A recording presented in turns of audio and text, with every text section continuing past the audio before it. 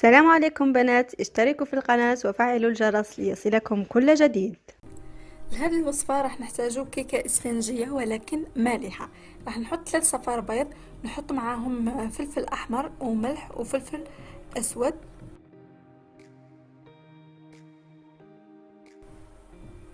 نضيف عليهم نص كاس تاع زيت، كاس تاع لبن ولا حليب رايب ولا ياغورت طبيعي، حوالي 5 مغارف تاع طحين ابيض.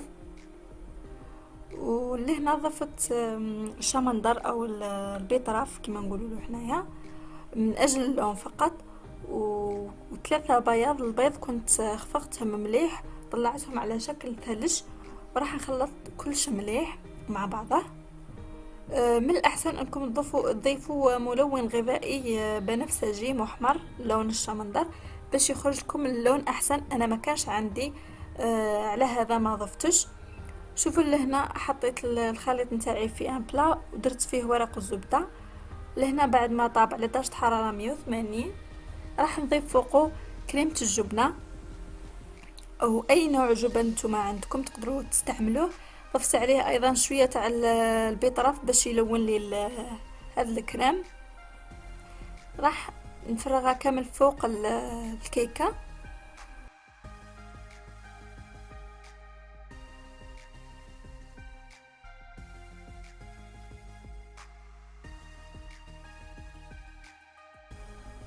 نضيف عليها هنا انا درت زيتون وكاشير وجزر زروتية.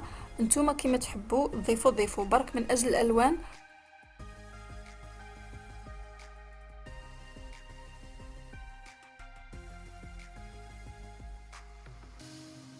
راح نبدا دوكا نلون فيها غير بالعقل.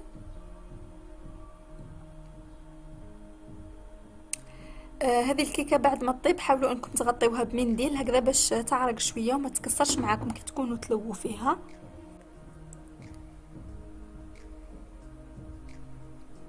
نبدا نقطع فيها حوالي 2 سنتيم بين الحبه والاخرى. هي من الاحسن انكم تخلوها تبرد في الثلاجه، ولكن انا برك من اجل ضيق الوقت ما درتهاش في الثلاجه. نتوما حاولوا انكم تبردوها مليح هكذا باش تشد لكم الشكل تاع